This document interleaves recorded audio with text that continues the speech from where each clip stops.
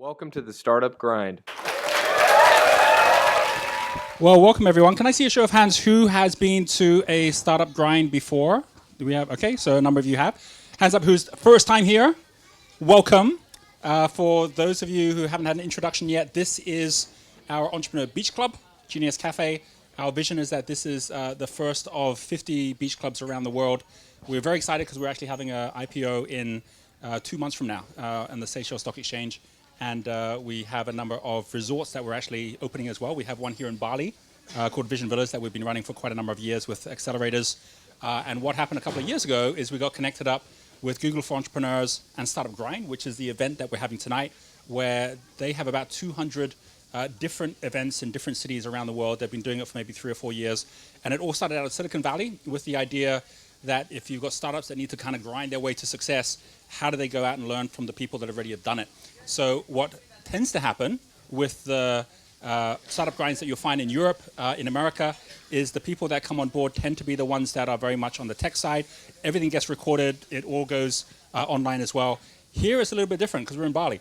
So while there's always a technology side because it's impossible to run a business in Bali without having some technology, we actually focus more at change makers and people out there to have an impact and to live their lifestyle, as many of you are here as well. So we have got a very, very special session tonight.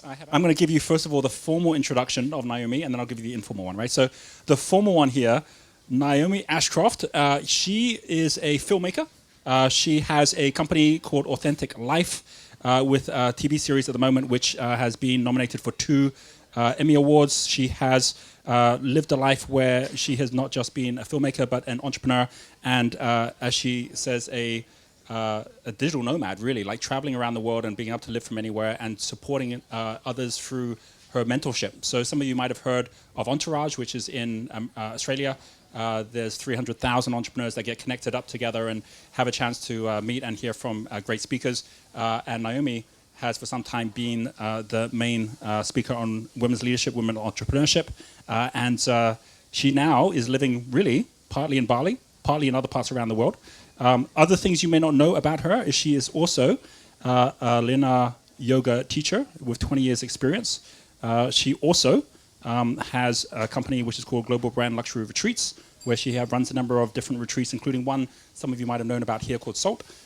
And that's the formal introduction. The informal one is she said to me, I said, what's most exciting, what's most interesting to you right now? And she says, well, it's the thing I'm most excited about I can't actually speak about.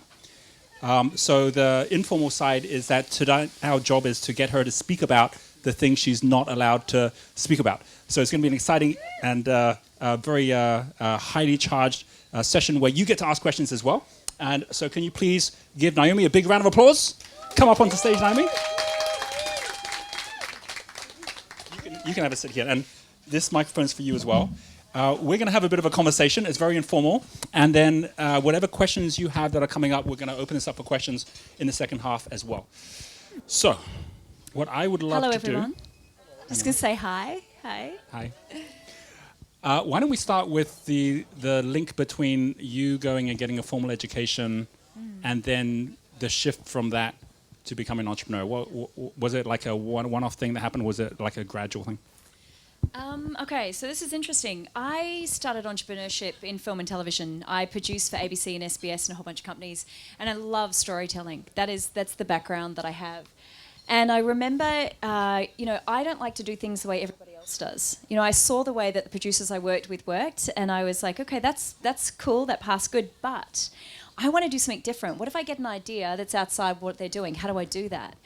And I realized that I didn't quite understand how to do like the financial side of things, like not in ways outside the box. I didn't really understand maybe marketing outside the box and just different areas of business.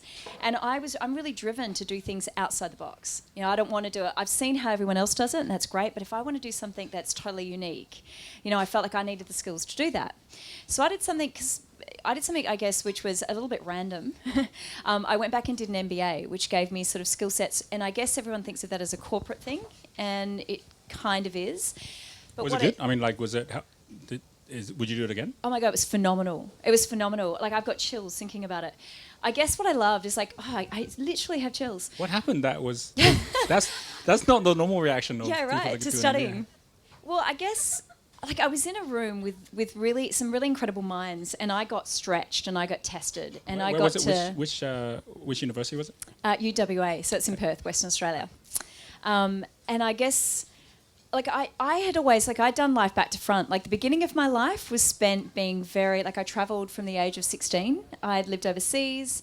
I married a man from Switzerland. We lived 3 months in Switzerland, 3 months in Australia and 6 months in Asia back in 1995, because I'm old. And in a good way. And I guess I just... So you decided to rebel and go get a formal education? Yeah. Because I just didn't understand stuff. Like I would literally... Like I come from a very corporate background. Like I'll tell you that my family are very, very corporate. My sister's a lawyer. My aunt was the first female CEO in Western Australia. She was also on the board of 5 companies. Like it's a really... I have a family that I'm really impressed by, even though, you know, all sorts of other stories. But I'm really impressed by what they've achieved. And I just realised I didn't want to kind of do things averagely. Like I could do things well, but I wanted to do them like incredibly. I wanted to get an inspiration, have an idea, and just jump in and do it. So when you did the MBA, did you think you were going to go down the corporate route, or were you doing it because you knew you wanted to run a business? Definitely not the corporate route. I'm not good with rules, and I'm not good with tell me to be there at 8 and leave at 5. Like I just can't do that well. So after the MBA, what happened? So after the MBA, I was working film and television by that stage. During the MBA, I developed a plan to create a retreat, because that was, you know, I was working my MBA, like I was working pretty hard. I was also working full-time as a marketing director of a film company. And so I would take these trips to Bali, and I'd like hop on a plane and come over here, and I'd do yoga, and I'd surf, and I'd sleep, and I'd get back to me, and I'd wake up in the morning and I'd go, there I am. Yeah, and then I'd go back to Perth, and I'd be studying, and I'd be working, and I'd be, you know, in that world, and I'd struggle to remember who I was. And I mean that from like a feeling of the inside. I'd be like, I kind of know who I am, but I feel really disconnected from me again. So I thought, well, that's interesting. Maybe if I feel like that, other people feel like that too. So what if I created an experience that was around the kind of, you know, burst and connection that I got when I came over to Bali? What if I created a retreat around that and gave people an experience to interrupt their patterns so they could come over and do it? And this is what I mean about ideas. When I get an idea, I want to make it happen. So I kind of want to know how to do that, not just I've got an idea and now I'll ask them what to do. I kind of wonder, how do I do the finance? How do I build the financial model? So you've always been like that. You've always jumped in and done everything. Like, yeah. Okay, so with the retreat, I had right? a newspaper when I was like 10 years old. And Okay. I like put it in, I got my dad to photocopy at work, and I put it in all the neighbours' letterboxes. I'm not sure if they read them. But yeah, I've always been like that. Well, a lot of kids make their money by delivering newspapers. You just made one. Created my own. With the here in retreat, Byron. lots of people like the idea of retreat. Lots of people come to Bali, as many of you know, and you know, experiment and try with retreats, and some are successful and some aren't.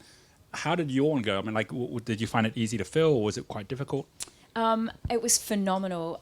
We sold out our first 3 months. We made 7 figures in the first year. It was incredible. And I say that, like, I know how hard it is and tough it is because I came here. I didn't at the time. And I think sometimes when you don't know something's going to be hard, it isn't necessarily hard for you because you don't think it's going to be that way. So it wasn't for me. But when I got here, I remember I met a woman. I just met a woman in Bali, and she said to me, I've had retreats here for 5 years and I've struggled to make, 30K, and I've not been able to fill them. And how did you do it? And I went, I'm not sure. So I kind of reverse engineered it, and I sat with her and sort of said, how about I take a look at what you're doing and then think about what I'm doing? And that's when I started getting into more mentorship. I'd always consulted, so I understood the process of breaking down, procedures that could potentially help other businesses or things that could cross over industries, because I'm interested in that as well. So that's when I went, this was quite successful. This is good, and it was a fantastic retreat. I wanted it to be a pattern interrupter. So you could be doing whatever you're doing in your life. Back in Australia or America, we had like the CEO of SoundCloud come and bring his team. And, he was just like, these guys just need to break out of the box and get back in touch. And I read a book by Dr. Lucia Caprioni. She taught John Bradshaw the non-dominant handwriting. So she's in America and LA. She actually, I've got goosebumps. She worked with the Disney animators to get them to get into their inner child, because if they could access their inner child, they could create better. And it's this cool story. I love getting chills. So it means I'm loving what I'm saying. It could be the fan. Yeah, and it's the fan because But I guess what that taught me was there's a way to get connected that can get you in touch with things. So I wanted to bring that into the retreats. So if I was sitting in the audience right now listening to this, it's like, okay, so Naomi is born, is like, she's super successful, is all going super easy. Then she starts kind of like, evolving into an adult and everything's super easy. And then she starts the business and it's super easy. So at the moment, like we've actually set it up so well for like the really like hard stuff, right? Okay. So let's go there, right? Like what Yes. would you say out of everything and all the outside, like everything is super awesome. What's been like the toughest and most difficult thing, whether it's a failure or whether it's a struggle, where you had to really get down and find yourself? Sure. There's a couple of moments I can think of. So I had a childhood which was really intense. And, for me, one of my biggest, I guess, challenges when I was around 32, I was struggling emotionally. And I just mean everything was good on the outside. I had my MBA. I had a really awesome job. I had a really good life. But I wasn't sleeping very well. And I was starting to get really, I didn't really want to go out much, didn't really feel connected. And I had a bit of I guess, burnt out, and I had a bit of a breakdown. And I had discovered that I had a dependency on sleeping pills and alcohol. So I went through a whole process of quitting drinking, getting sober, quitting sleeping pills. And for me, that was the biggest challenge in my life. Well, how long was the time when it started building before you going, all right, that's enough? Like, was that a long period? I guess it started like in my childhood. If I think about it, like there was some trauma in my childhood and I didn't know how to deal with that. Like I'd stay up at night and be thinking about that. And this is another thing which is really interesting. I definitely used to use like my external success. Like if I had a really successful business or something that really achieved, it could compensate for how I felt inside. And that was interesting for me to realize, okay, so I like to be, it's good to be successful and I can certainly do that, but it did compensate for a long time for the feeling of just not feeling inside like I was okay. Yeah. And the process was about 2 years. Okay. From the moment that I was like, I take a lot of sleeping pills, I take them every night, and I drink 2 bottles of wine every night, and this is probably not healthy. And, shit's starting to go wrong in my life because of this. Yeah. So I've been sober 7 years now, which is amazing. There's that whole, what you just shared is one of the biggest things people that come to Bali have to, sometimes people come to Bali because of that. It's like, this world's not working for me. Yeah. And this whole kind of like having to kind of fake it to be something that everyone has a pressure to be something that I need to be. And then basically kind of falling into this kind of, like where everything you shared, for some people they need that absolute like wake-up call, which is like, was there a wake-up call for you, or did it just... There wasn't like a specific moment. I guess it was just, I can't do this anymore. There was like an emotional moment of like, I cannot do this anymore. Like I cannot get up again and do the same old day. And I had so much anxiety. Like I had anxiety that my hands would shake. I got, how do you say it? Agoraphobia? Like I couldn't leave the house. Like that's how bad it got for me. And there's a fantastic woman that's here that I've worked with, which is all about transformation, which taught me about looking under the hood. And it's really incredible because I have had a lot of success and I do have a business that I feel really connected to and I love. But if I don't keep doing the work under the hood, it eventually self-sabotages me. But I also think that's my path in life. Yeah, to clear that, to be honest about that, to show up in a way and do the work. Like that's my path. And I think, I'm very, very blessed to have some people that have, had this journey and to share that with them honestly. So, because this must feature in your mentoring, right? Like how you mentor, like definitely. So what are the kind of people that you work with, and how do you, when you talk about doing the work, how do you tailor that or help each person differently? From a business mentorship? Well, it all links, right? It's all linked together in terms of how the businesses just mirror themselves anyway. I guess, because I business coach, and I did that with the Entourage, and I do that with my clients. I guess the thing that comes up mostly is when I see something that's holding them back. Yeah, now my particular style of coaching is business coaching. Like I can look at your business, I can look at your idea, and I can see where it's not profitable, why it's not profitable, and how we can make it more. I can see what's not working and what we need to do and shift, and what you need to become to help yourself get there. Like that comes second nature to me. But if I see someone who needs a transformation, like if I see them, and I will never call it for them, but if I see they have some sort of block or area, they need transformation, I would refer them to someone who can do that work. And I always say, like, that's the important work. Yeah, your business is fantastic. Your business and your vision and your goals, well, that's what we're on the planet. For me, that's what we're on the planet to do. Whether it's your job and you become entrepreneurial in your job and you use your spirit and your energy and your vision there, or whether it's your vision for your business. So what got you into yoga? What kind of yoga am I into? No, what got Segway. you into yoga? Here we go. I'm I'm an asking 'cause there Iyengar yoga must be- teacher. Yeah, there must be something linked to that as well, right? Around the time I got sober, I was doing yoga really regularly, and yoga is probably a really good grounding force for me, but it wasn't enough. Yeah, it didn't allow me to do the work that's sort of inside of me, the pain, the original pain work, and the trauma work, and the work around getting connected to what my true purpose is. And it's funny, and it's not special, and you're not special if you have a purpose. I think we all have a purpose. And, it varies. Like my sister's purpose, she's a lawyer and she has 3 children, well, she has 2 and 1 on the way. And her purpose is she creates just incredible clarity and support in her life. Like she's really fantastic at that. So it's not that your vision has to be, my vision's always grand because that's how I like to think. But that work we do internally, for me, is the starting point. What was that? What did you do? Work I did? Got sober. So put down anything that stopped me, blocked me from, Was that easy? My or God. Was that Oh, no. That was not easy. I like to drink. Yeah, I love sitting there with a glass of wine. I feel very sophisticated. And I feel like the whole day can melt away. And, that's my thing. That was my thing. And to give it away was like, you're taking something that I need. Yeah, like this is my time at the end of the day. So it was really hard. And for me... how did you do it? Did you actually get some support? Or I did. Yeah, I got some support. I worked with people on a similar path. I got support people. So when I had like a moment, like the first time I went out to a pub or to a party and everyone's drinking and my body's just like, oh, just give me one. I had someone I could call. I had that support and I had that down. And then, that came first, the support in a group that understood that. And the second stage, I guess, was getting back to being really, really healthy, like getting strong in my body and then reconnecting to the feminine. And I'm still on that journey. Yeah, it's a journey. Can we talk about your daughter? Yeah.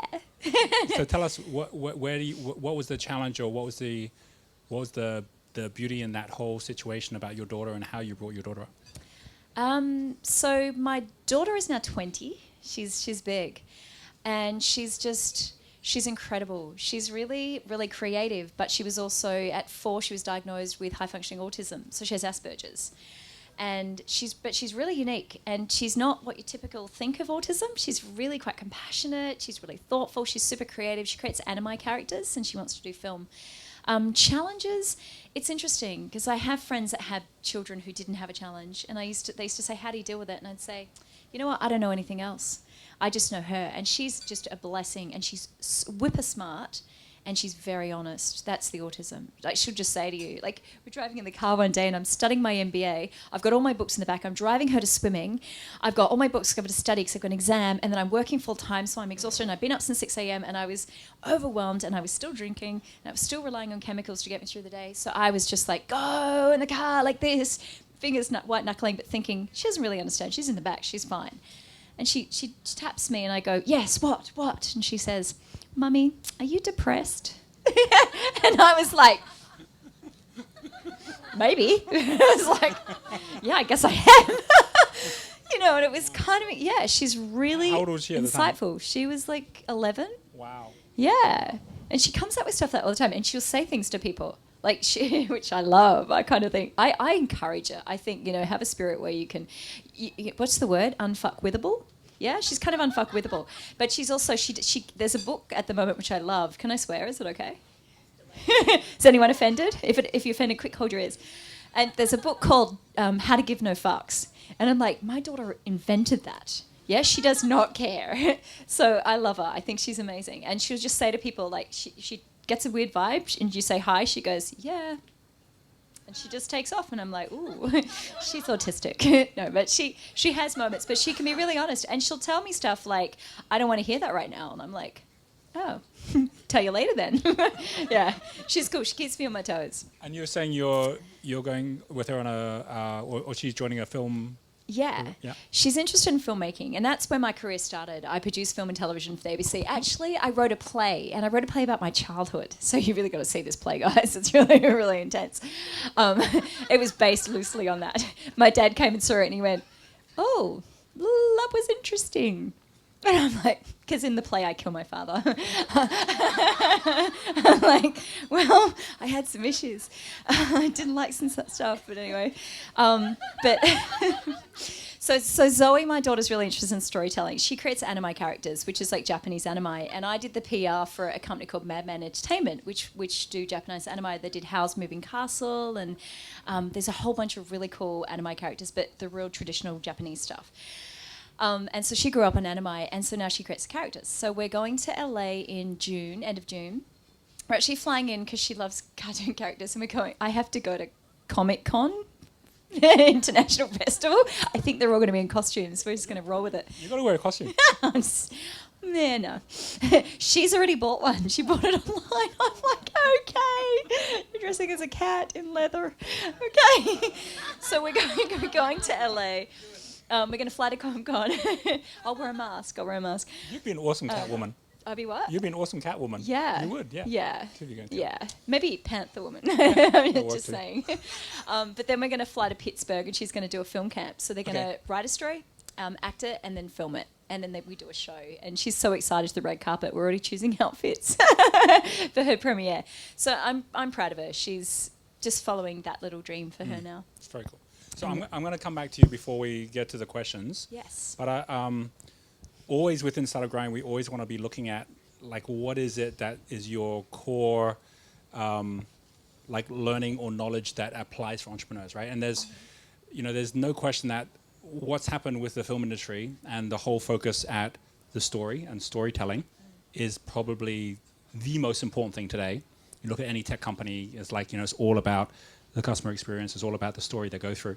So what have you learned from your entire passion for storytelling that you share for everyone here who's like, okay, how do I actually become more authentically me?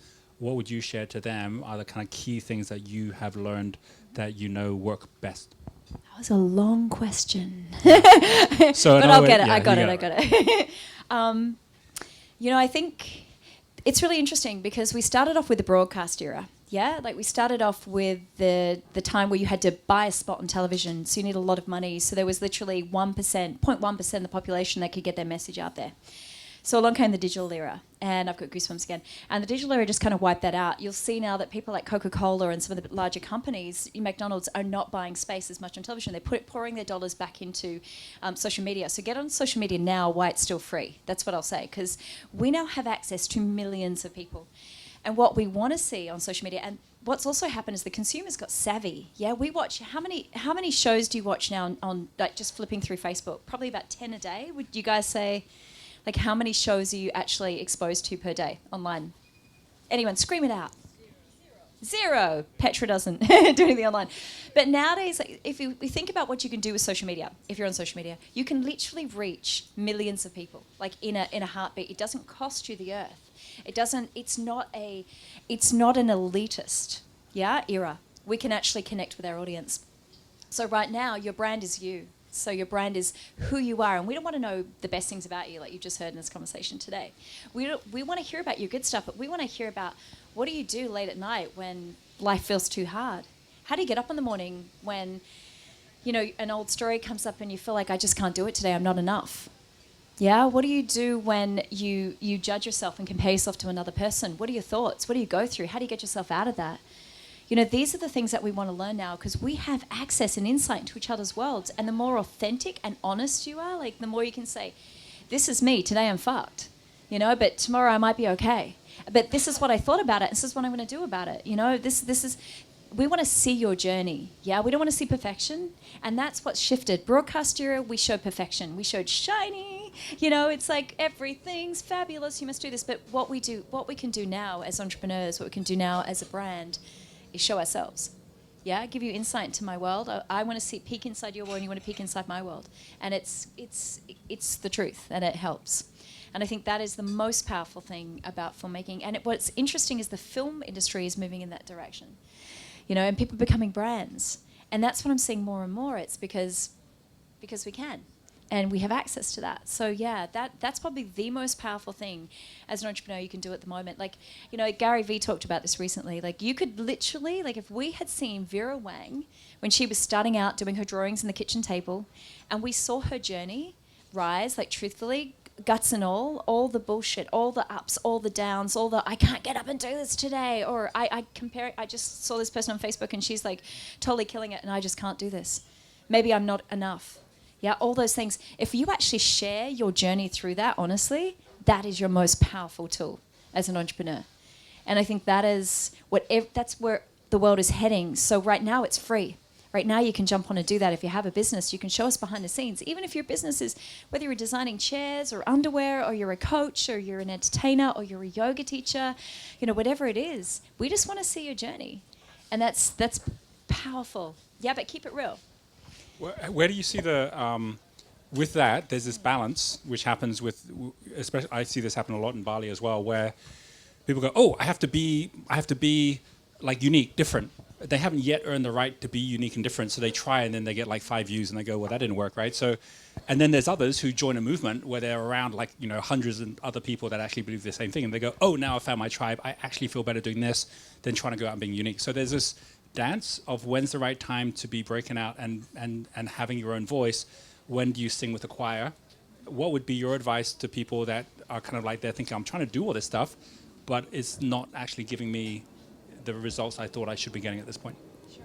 I think two things about that. Number one is you're unique anyway. You are just unique being you. That is the gift of this era. Like, you are unique because you are just you. Whether you think you're important or you think you're worthy of watching, it's irrelevant. You are. We want to see the truth behind the curtain. Yeah, like it's like, was it Wizard of Oz? Like, that curtain is gone. We can see the little old man, with the big thick controls, and we want to see that. So you're already unique. You're unique and special without doing anything. You don't have to earn that. You just are. The second part of the question, which was what if you want to sing with a choir or stand out on your own? Yes, it's the balance. It's the balance where some people will not have broken out on their own. So they're thinking, oh, that's what I need to do. And they can, because they already have got connections. They've already got people that want to follow them. And there's others that kind of like show up and straight away go, everyone look at me. And it just doesn't work because everyone's like, why would I be looking at you yet? Sure. You haven't done anything to serve the community or serve us. Yeah. So again, a couple of things around that. Like, I don't believe these days you earn it. You just show up. And you can be, if you want to be an individual and have a voice, like, it's also your decision. So it's completely the same thing if you choose to be a part of a movement and you just say, I'm a part of this movement and I'm a part of many and I just like to add my voice to the story. That's fine. But you can still be your individual voice. This is my experience as a part of this movement. Yeah, like, this is how I experience being a part of this group. And the earning capacity, it's a interesting question because I get that a lot with clients. You actually just have to believe it. It's not about earning it, it's about owning it. That's my interpretation. So you don't have to earn it and get it and then people will follow me. I mean, in saying that, Gary Vee talks about, he did Wine TV, like his first show. This Gary Vee, if you don't know him, guys, is this fantastic entrepreneur who talks about the journey and the real sort of, guts of it. And he did Wine TV for I think it was 18 months. And he got 100 or so followers. But he said, I was in it for the long game. So if your vision is to be a brand, is to share your message, is to impact the world, then you're in it for the long game. It might take you 2 weeks, it might take you 2 years, it might take you 20. But if you're in it for that, then you'll stick at it and commit at it. Or you'll give up and you'll live with regret. That's my interpretation. But if you have... if you just want to be a part of a group because that feels good and they're all moving in the same direction and you don't really have a desire to stamp your own, that's fine. That's your journey. Perfectly fine as well. It's not that you get, it's not that there's only one way to be and then the other one is a second prize. So we're going to open this up for questions in a moment, but I have 2 final questions for you. The first one is there's the global story. Well, what's going on in the world today? Okay, so we talk a little bit about this, right? Like, what's happened in the last year, now what's happening in England, what's going to happen in France, in the next month.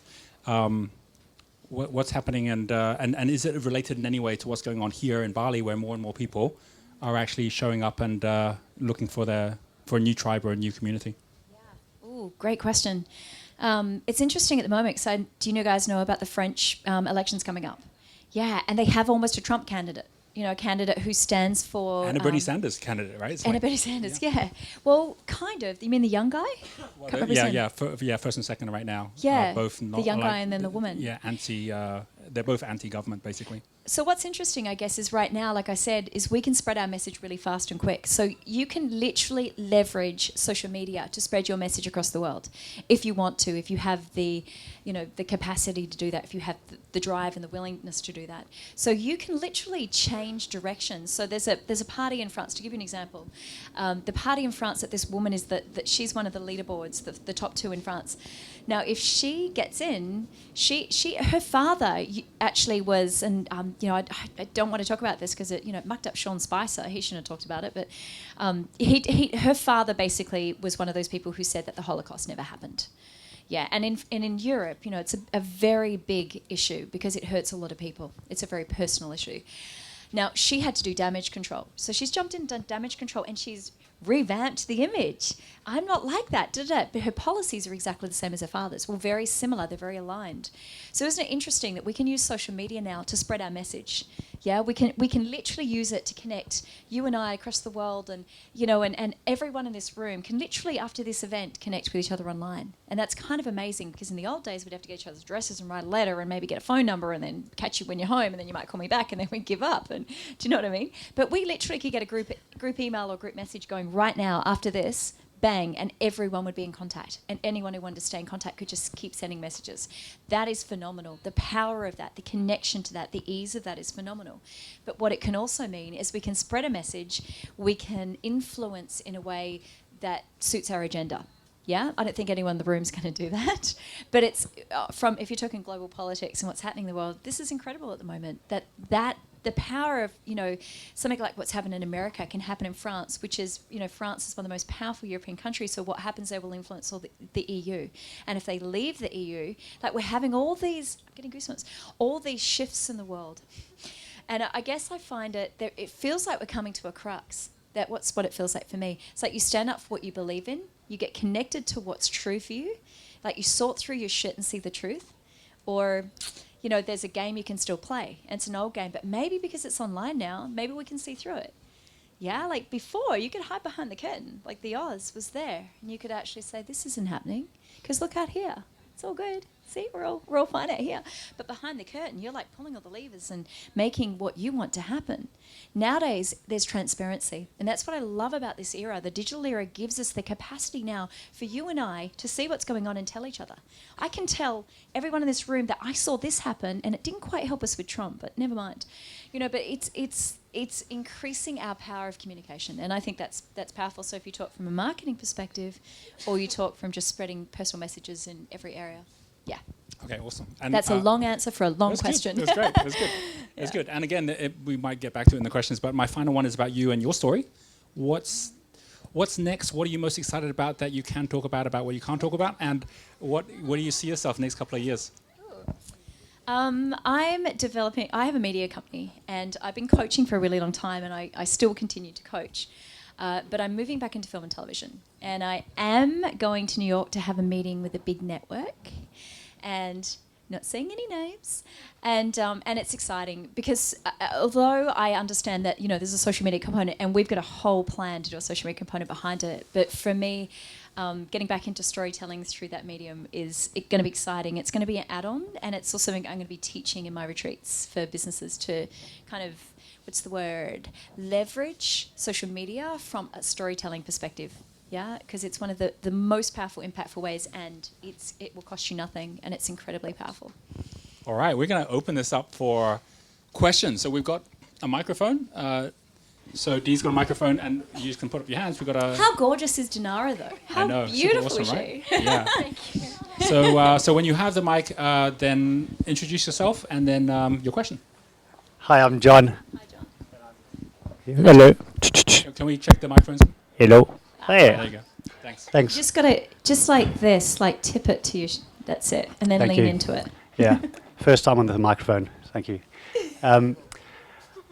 I loved what you were talking about, the integration of your journey where you're talking about yoga, but yoga wasn't actually doing it for you and you've really got into your body. And you missed all of the conversation about how you actually did that, which is, there's so much time that you have. But I'd really be interested because I've just gone through a process of, burning bridges of my old and going through that process, and it's been terrifying. And I'm sure, and anyone else who goes through that is kind of going, how the hell do I do it? Who are my mentors? Who are the people out there doing that? So I'd love to hear that a bit more of that story. Yeah. Okay. I guess the sort of cornerstone for me was a program, a 12-step fellowship. That was my grounding because that was my issue. To support that, I did therapeutic processes. So I went from a mental aspect. How can I break my old thinking and develop new bridgeways? From a body aspect, I went through a process. I went through so many processes. I guess I'm still working through that stuff. I've done bioenergetics, and I've done swimming, and I've done yoga, and I've done exercise. Probably the most powerful thing is mindfulness meditation. So sitting with it. There's a coach actually in this room who's sitting right here, who's a transformational coach who deals exactly with that, with how to break through looking under the hood, because I think very few people do it on the planet. I'd say like 1%, because why would you? If you didn't have to, if you weren't pushed into a corner and you couldn't get out, why would you do this work? Because it's absolutely painful. And but I think power to you, and I think it's incredible that you've done that. And it's really powerful because not many people do it. So tell your story as well, because others need to hear it. And I guess, work for me, I've done the mental stuff. Like I worked through the processes so I understood it intellectually, where I've come from and where I'm going. But then that wasn't enough. I had to do the body release work, and that's bioenergetics. And I see traditional healers here. There's a man that today taught me about dancing, so I'm going to give that a go next. And I guess I'm always like, part of the journey I'm in right now, like layers and layers and layers have come off, and I've just hit a new layer. And I've been working with this incredible woman, and she has just taught me how to get through the next layer, which I can honestly say none of the other people I worked with had that piece. So I'm really amazed, and I'm talking you up because I think you're amazing, because she saved my life in the second stage. Kirsten Johnson at richerexperiences.com because it was powerful, and it was something that I hadn't understood, and it was purely a universal God job that I was led there. And that's the other thing. I would tune in and ask, God, my God, all the gods, what's next? And sometimes it would be on my knees in the shower crying, what's next? I can't do this the way I'm doing it anymore. And then I'm led to the next thing. And then I'm guided, and that's exactly how I met, Kirsten. And every single other area of my life probably has come from that place. Yeah, you're welcome. Brilliant journey. Thank you. Petra. My name is Petra. Hi, Petra. Hi. So I actually have two questions because you touched on two things, so I think this will be beneficial for everyone. But the first is that I do come from a producer TV background and looking at creating my own show or been working on stuff, but just like coming from that space, like you said, where now it's like, I don't know if I need to go after networks and go through that whole thing where I can just create it myself. So I would love to hear from you, just for entrepreneurs that are looking to create more video and online type of TV stuff, which like sort of the steps or directions or some like tips on that. And then I'll ask you the second question because it's completely different. Awesome.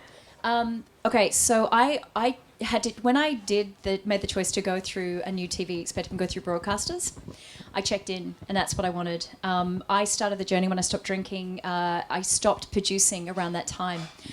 Needed to just go inside. It was an important part of my journey. As you see this guy here, I have a filmmaker a cameraman who follows me around for a couple of days a month, and then we shoot an online show. And we've just about to launch the first episode. This is the second. So Petra's in the second, guys. Check out. Keep an eye on Petra. She's up to big things. what I would say is this: if you're going to go after a broadcaster, if you know that's what you want, I had to dig deep and step into the bigger dream again, because I had shut it down. I wasn't quite as confident anymore. I'd lost my confidence through the process of going through the trauma work. And then I stepped in and I recognised through an amazing coach I worked with, that's what I wanted. If you want to go after networks, the process through that. You connect with a good producer who's maybe got contacts with them, or you reach out to someone who's got a contact. You set up a meeting, you put your pitch together, maybe you do a 2-minute clip, and you send it to a broadcaster. You generally, I like this time I've worked with a producer I worked with in New York, and she had just won an Academy Award for her Netflix show, what it's called... it's about Nina Simone. It's a fantastic documentary about Nina Simone's life and about her bipolar. It's really incredible. So she won an Academy Award for it. So she's hot on Netflix right now. So I reached out and said, hey, remember me? Love to work with you again. And so she's connected because she was one of my mentors when I started producing.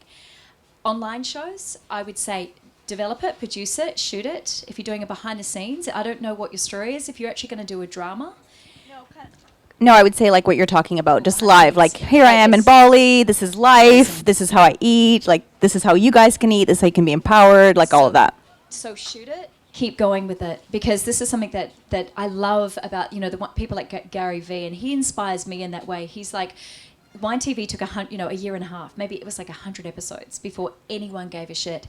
If that's your dream, if that's what you want to do, then you stop at nothing till it happens. Yeah, because then you can make it happen. If you decide that, if you get to a place where a plateau of like, I can't do this anymore, then reach out and find your support and get yourself back in the game. It's just keeping your hat in the ring. Would you say, though, like YouTube videos, is that like where it's kind of at right now? Or we're talking Facebook Live? Like, there's like, if we're talking social media. Use it all. Yeah, use it all works. So I would definitely put it out through YouTube because it's a platform, but YouTube is not a marketing tool. Yeah, it's just your platform. It's going to store it for you. Facebook Lives are how you create it. I would do a Facebook Live every day.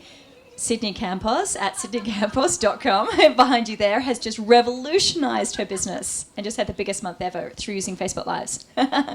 plug. She's pretty incredible. So I guess the transformations I see in every single client I work with and in colleagues that are doing it are using Facebook Lives. And it's free right now, and it's just getting to the saturation point. So jump in now, and then wait for the next one.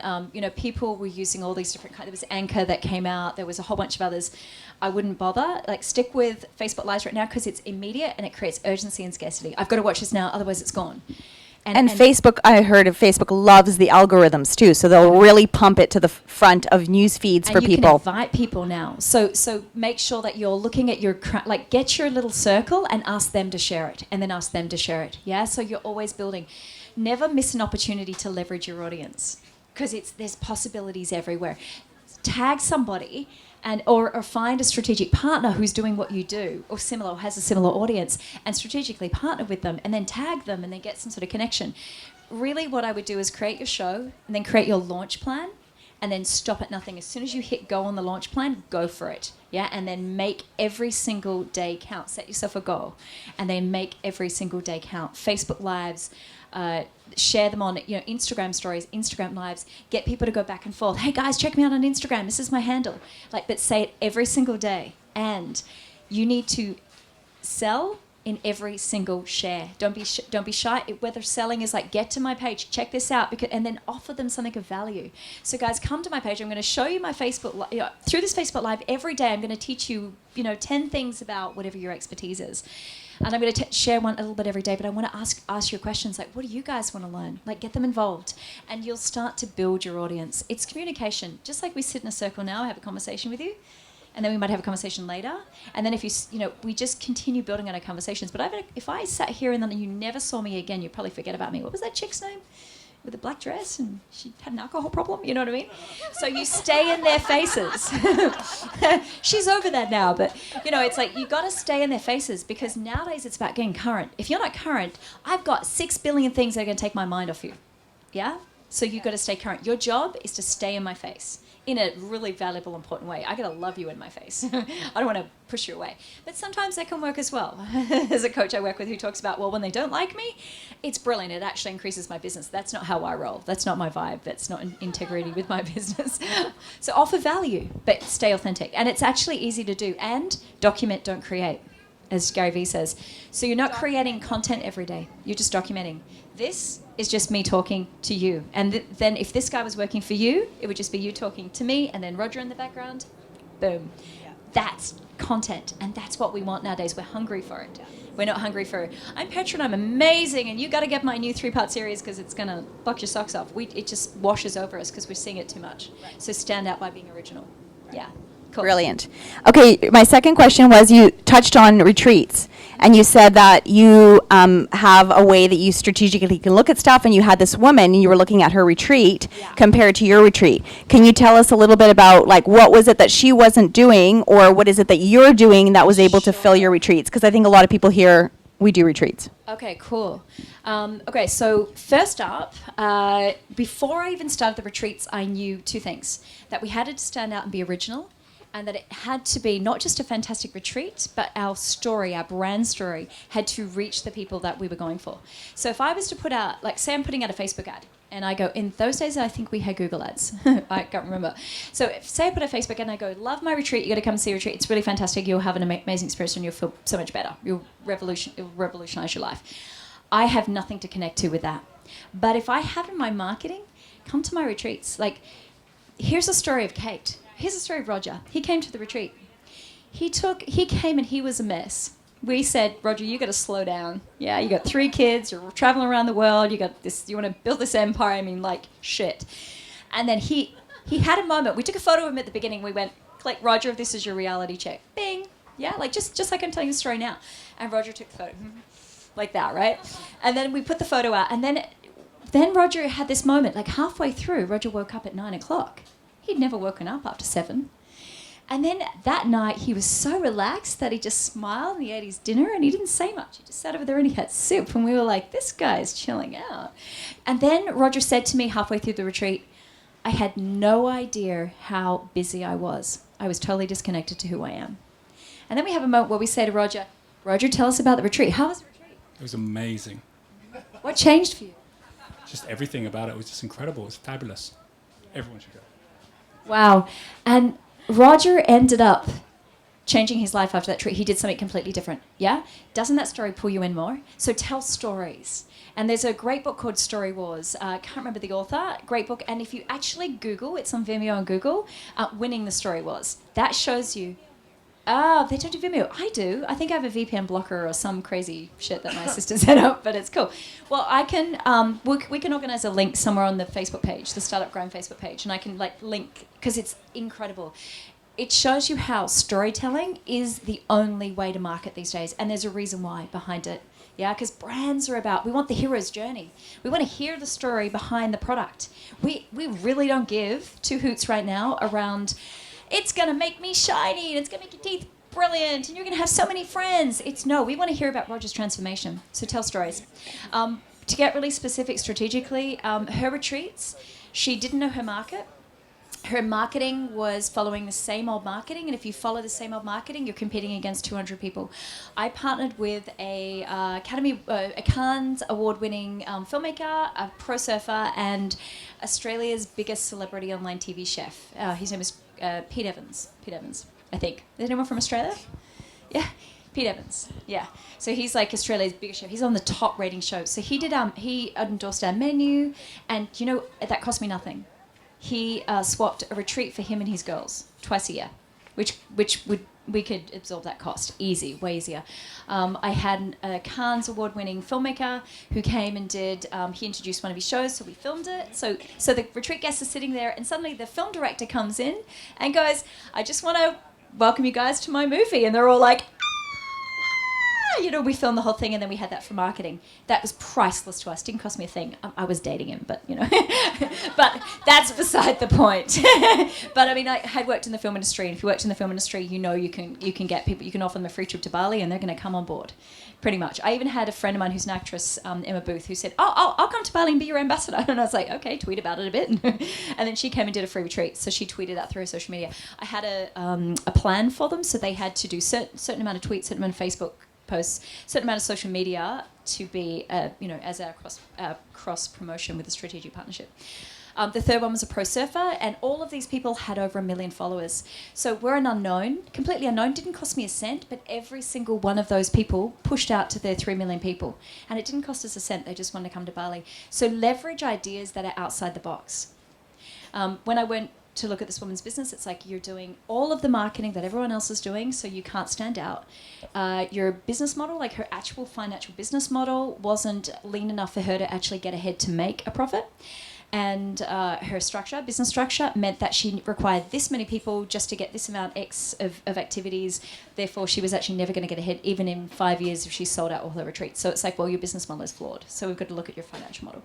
So we kind of tidied up her finance, her marketing plan, and I think it was definitely before Facebook Lives.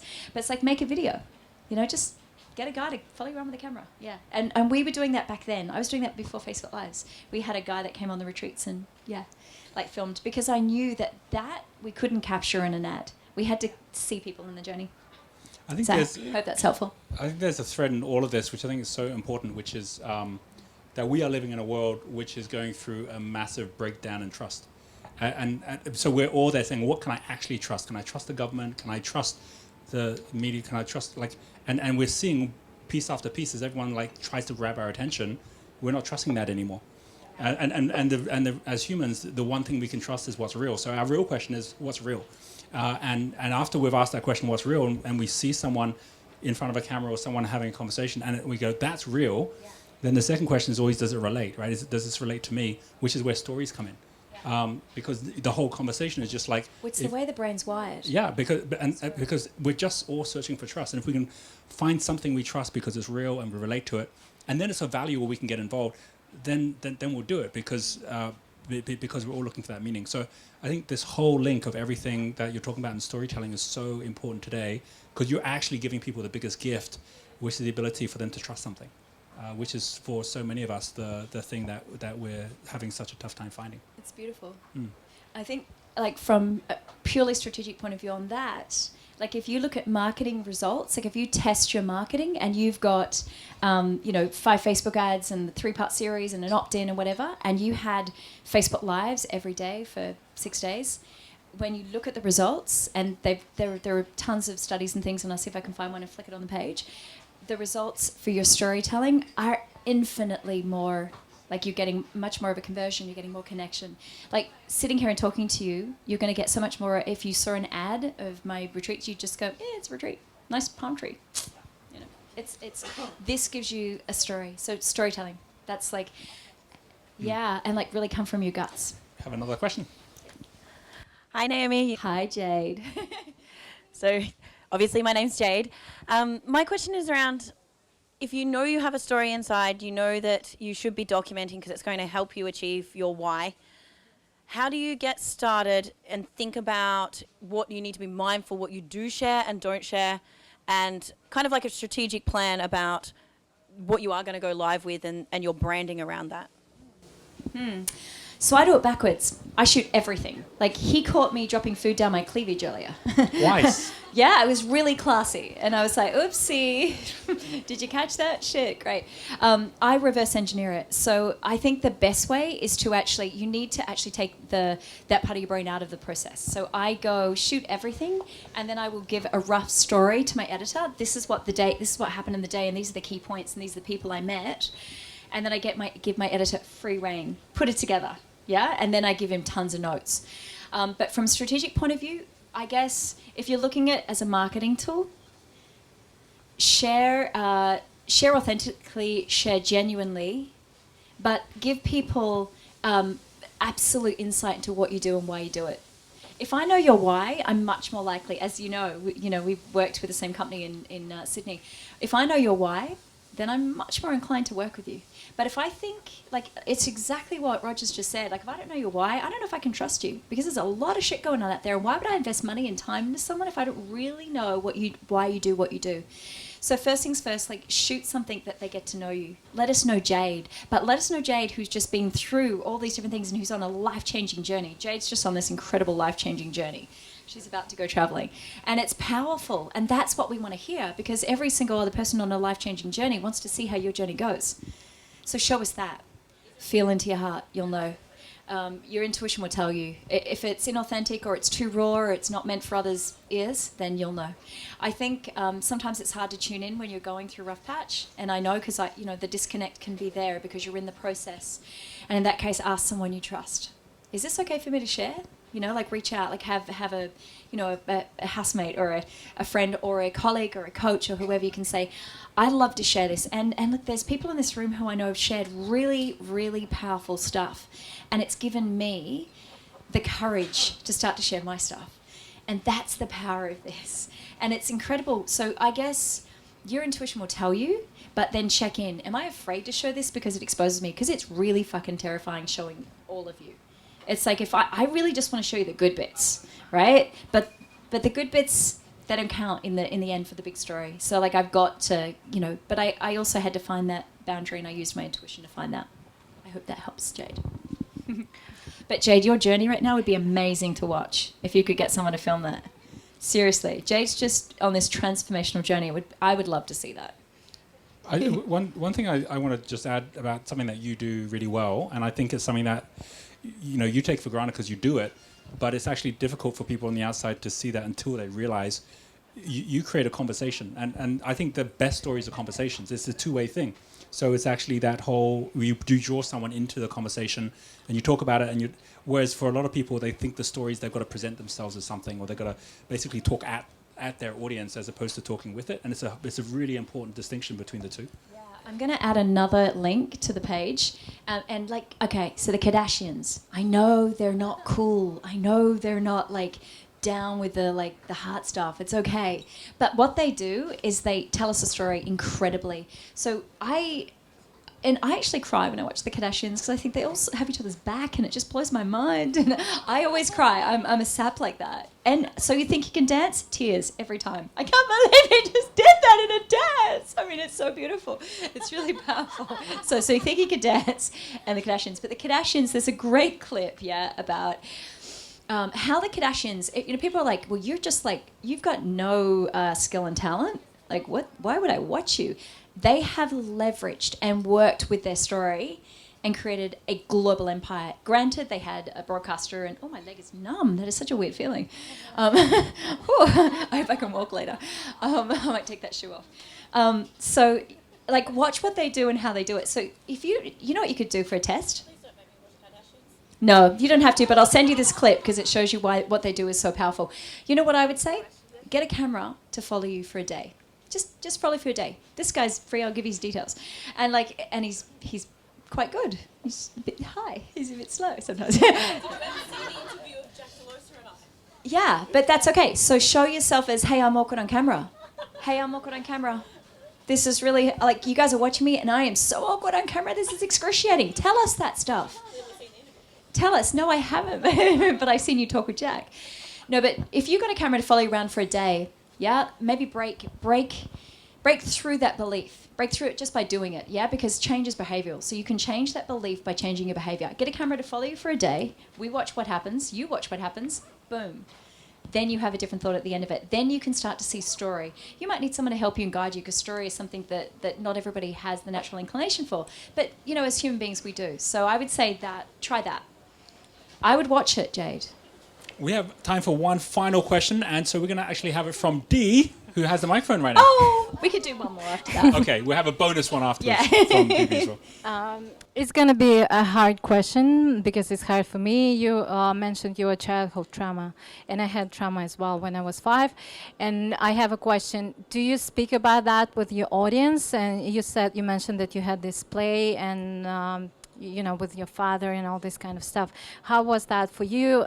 Because I had this experience sharing my trauma in Facebook, in my Facebook page, and I get a lot of compassion, and a lot of people, they would send me presents and, streams of light and all this kind of stuff. So did you clean that, and do you share it anywhere? Do you talk about that? Do you talk about that with people? Thank you. Thank you. Great question. The truth answer to that is I've only just started. I'm inspired by, there's 2 women in the room who've been sharing their story, and one woman I work with, and they have inspired me to start sharing mine. I guess that when there's a charge around it, because this stuff that I talk about can make me feel raw, like my skin is peeled off me and you guys can all see into my soul, and it's really, really hard to share that. But I've gotten that the empowerment has come through sharing it slowly in small groups, like I share it one-on-one, and I share it maybe like tonight, and I've shared it in a Facebook Live with the support of actually the two women in the room while we're on Nusa Lembonga doing a mastermind retreat. I guess I'm just starting the journey, and someone shared something with me which was really powerful, that you actually have to check in with yourself when it's the right time, because I would never leverage it for publicity or for getting some sort of kick out of it or getting that rush of people. But two, sometimes it's really private and personal, and you've got to get charged around it. And I needed to do a little bit more work. Yeah, I needed to do a little bit more on, hey, that feels really raw. I don't want to say that out loud right now. And I didn't, if someone said something back to me, I don't think I could handle that right now. So I started slowly with two girls in the room and a couple of people, and then watched other people do it. And then I started to get my confidence. And that's where I'm at my journey with that now. It's interesting because I never thought it was a part of my journey, like in my business journey, because I do a lot of talks, and like I'm on the stage of the Entourage, never spoke about it. That was different. And I've done a lot of speaking, but it's never come up. And it's because it's a big part of my journey now, and I'm in a really important healing process right now with there's layers and there's layers. I think it's now become really important for me to share it, because I also believe, again, being authentic is me being whole. But yeah, I would choose the people to one-on-one share it, because the sting goes out of it when you do that. That's been my experience. And, as I said, I worked with Kirsten, that's what work she does. She gets you from that place of, I just can't go there, to, I can feel this. And then you come back to a self-love. It's kind of an amazing, it's a much deeper journey than I can explain, because I'm still kind of in that process. But that's helped me as well, just to have that there. And I think knowing I'm going to go through a deep process, and I'm going to be really raw and fragile, but I have someone I know I can rely on and trust, and I'm going to see her in a week, or I'm going to speak to her on my, Monday on our Skype call. It gives you the confidence. So that's been really empowering. Cool. Thanks, Denara. Thank you. All right. Our final question. Roger wants to go home. I'll be brief. I just wanted to acknowledge you again, and it's such a futurist and a visionary and just so bold and authentic. I'd really love your advice on what actually makes a good story. I'd love to know if you have a secret sauce or like 3 elements or something that we can remember. With social media, Roger mentioned trust is a big thing, but also our attention it's fleeting, Sometimes you have like 30 seconds to grip someone at the beginning of Facebook Live. I would love to have any advice you have on that to make it powerful and short and, concise at the same time. Keep it real. And I think every single day you will have a moment that's like maybe it's an aha thunderbolt, or maybe it's like I just realized something.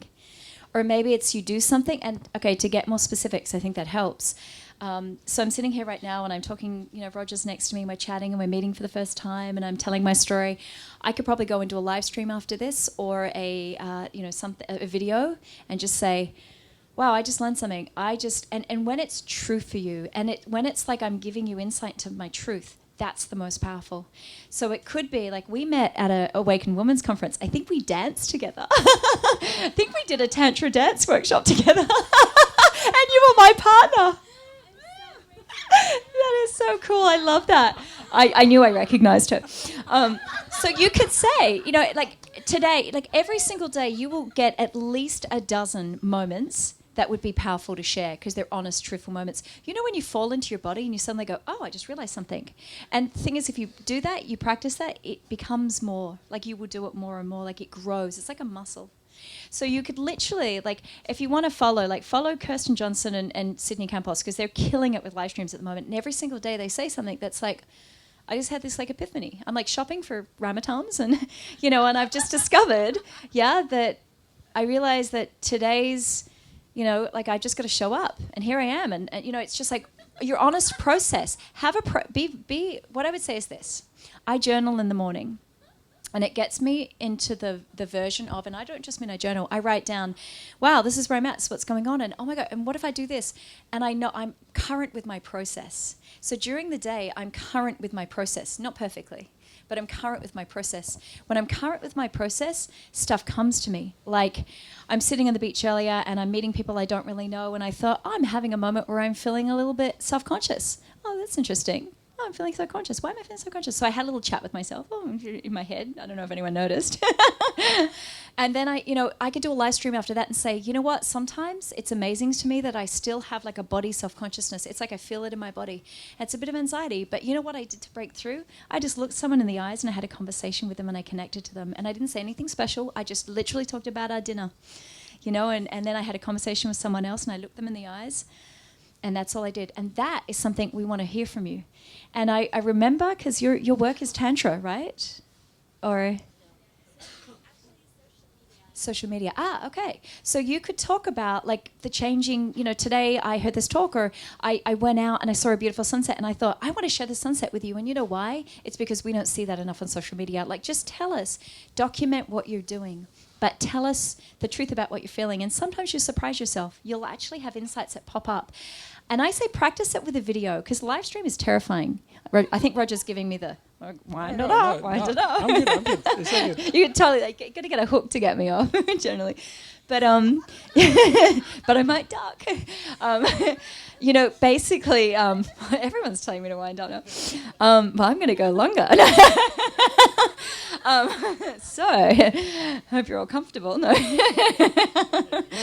But basically, it's like, just document what's going on. We just want to hear about, like, did you wake up this morning? Like, sometimes I wake up and I don't feel I can do what I got to do that day. I've got 3 clients. I know one client's going through a big stuff. I've got to, rush over town. I've got the video edit, and I don't feel up to it today. And actually, I'm having a day where I don't want to be seen. Do you ever wake up like that? Like I do. I have days that I just don't want to be seen today. I don't know why. Nothing's really happened. I just don't really want to get out there. So sometimes what breaks that for me is I get on the live stream. I haven't done it for a while, but I'll go, whoa, I woke up this morning and I didn't want to be visible. I didn't want you guys to see me. Don't know why. Just that's how I feel. But here I am, and I wanted to connect with you guys today. I just wanted to say, sometimes it's okay to be seen when you don't want to be, because I'm worthy and I'm enough. Maybe it's that. And then sometimes I surprise myself because I get deep down and I start to realize what's going on for me, and I might do it on the screen. And sometimes I have to shut that shit down and go, I'm gonna turn this off now and journal. Whoa. Yeah, but it's like, that's all it is. It's just sharing what's going on. So if you can start to practice it, maybe you practice it with a friend, maybe just do it with a video, because live streams are like 2, 3, 1, holy shit. Hi. It can be really intense. But you get like 2 or 3 and you're like, I want more. It's like addictive. But I say, just tell your story every single day, like you do to your best friend, but maybe don't give the details. Like, share authentically, genuinely, and then start to see your audience as your friends. So that's what I would say. And if you're in social media, you would be beautiful on screen. I'd watch. Roger would watch. Would you watch? Totally. I think there's a element around everything we're talking about around the whole idea of storytelling, and why we all need to be storytelling. Because if we're the person in the story and we're not really telling the story, we're the actor in the story, then we actually want an easy story, right? The actor wants an easy life. So the actor is going to be like, just give me a story where it's like, once upon a time, everyone lived happily ever after the end. I'll be happy with that, right? But of course, no one wants to watch that story, right? So being the storyteller means you actually have to have a story worth telling. And when you're, my experience is when I meet someone who's trying to tell a story to, like, how do I tell a story to 1,000 people? It becomes impersonal straight away, because it's all about you now, and you can't see the 1,000. It's just 1,000 strangers. Whereas if you tell a story to one person, if you tell a story to you can see the person at the other end. You're having a one-to-one conversation with someone through that. There might be 1,000 people, 10,000 people watching, but it will be because you're so personal to that one person. And it's about having a story you really want to share with them, because you know it's going to relate to them. And then you realize the real value of it is in the story you actually create for yourself as a result of it. And a way to break through that sometimes is just to say, I don't know what to say right now. And then sometimes that just breaks the lead. Or like, I start with where I'm exactly at. I actually just realized that I start most of my live streams and my storytelling is where I'm at. Today I'm feeling like this. And then I launch in, because that's my lead into myself. Just like when I journal writing, today I woke up and I feel like, I could like take on the world, or I really just want to have a massage and just tell the world to fuck off.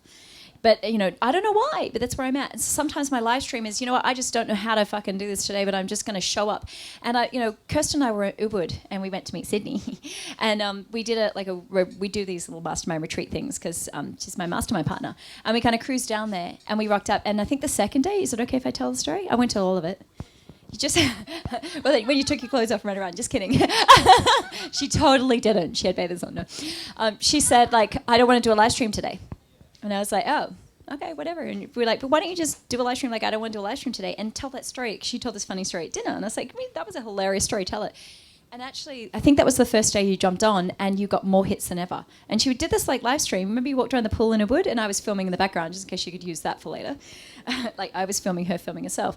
And then that had tons of hits. And that had tons of hits because she showed up going, I have no idea what to say, and this is how I feel. Generally, when you're raw and you're real, you get the best response. Yeah, Sydney's done an amazing live stream like that too, which inspired me. And I guess I watch other people and what they do. And I know I talk about these guys because they are incredible.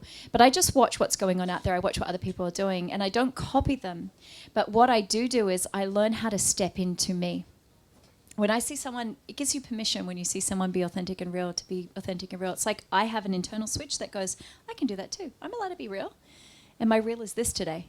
So start with that. Start with your real. And like, I don't even think I'm telling a story to anyone. I just go, it's almost like I'm talking in the mirror, which is hilarious, I guess, right? I'm just having a chat to that. Yeah. And storytelling, if it, like we spoke about earlier, and then I will finish up. The hook is coming. I can feel it. Like, storytelling can sometimes be, if you are in a group and you want to sort of not stand out, if your voice isn't, that's not your path, then it's okay to say, I'm just here right now, and I'm in this group, and this is my experience of being in the group. So really you can, every single day you will literally have 500 opportunities to talk about something. Whether it's, I chose bread and I don't usually eat bread, now I feel bloated, and now I sit here and now I don't feel like talking, and I always wonder, and my relationship with food, I'm going to talk about that today. Do you know what I mean? Like, there's literally anything, but let yourself go into it. And storytelling structurally has a beginning, a middle, and an end, and there's always a turning point in the middle. But that's traditional drama stories. Yeah. We're going to do this. We're going to do this because no. You can still ask it, because there is another part to tonight, which is having conversation with each other, right? So we're going to end the part of us having the one to many, and just make it something where you can connect with others. You can stay around for a bit. Yeah, awesome. So if you got more questions for Naomi, come have a conversation, have a chat.